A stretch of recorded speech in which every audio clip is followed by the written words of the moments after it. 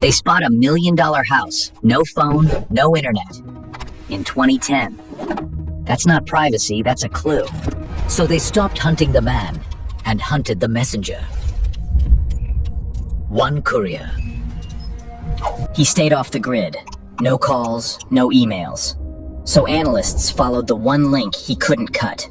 A courier. So they watched, day after day. No calls, no trash pickup, just patterns. Now comes the hard part. Do you hit it from the air, or send people in to confirm who's really inside? Before the real thing, they rehearsed it. A full-scale replica. Same corners, same walls. Run it until it feels routine. That night comes in.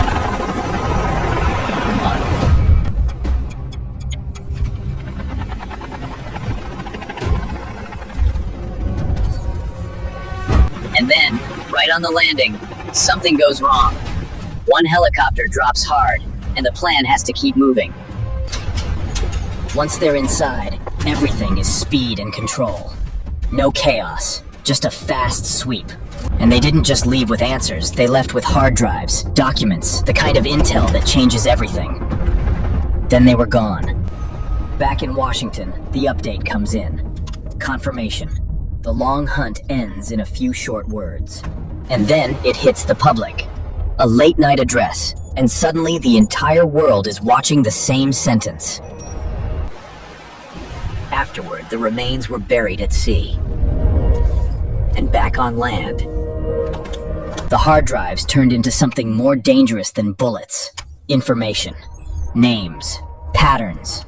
Leads. And the files showed something crucial. He wasn't just hiding. He was still directing. And it all traced back to one courier. And that's the part people miss. This wasn't one lucky moment. It was years of tiny clues that finally lined up. And in the end, it wasn't a miracle. It was one weird house, connected to one courier, finally becoming the last dot on the map. Now the question isn't where, it's how. Weeks of debate. Safe a strike, or a raid for certainty. And then it comes down to one moment. Authorize it, or walk away. The green light gets given. They're on the ground for under 40 minutes. No room for mistakes, just a clock, counting down. Then they leave the airspace, and only after that, the call goes out. Procedure matters, especially here.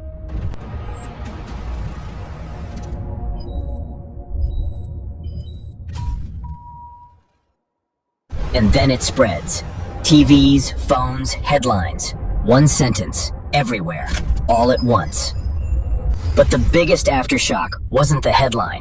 It was the files, drives, and documents that would fuel years of leads. Files didn't read like a retired man in hiding.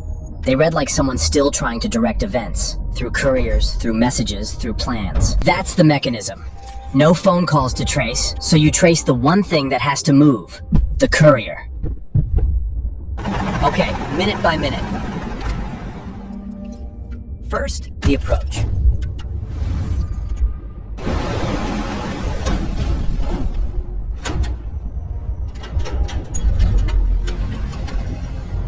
Now it's a sweep, room to room. Quiet enough that the outside world still thinks nothing's happening. Upstairs is where the pressure peaks. The building gets tighter, the time window gets smaller, and every door matters. And then, silence. The kind that only happens when something huge just changed. Now it's confirmation. And then it's the cleanest part of the whole night. Leave.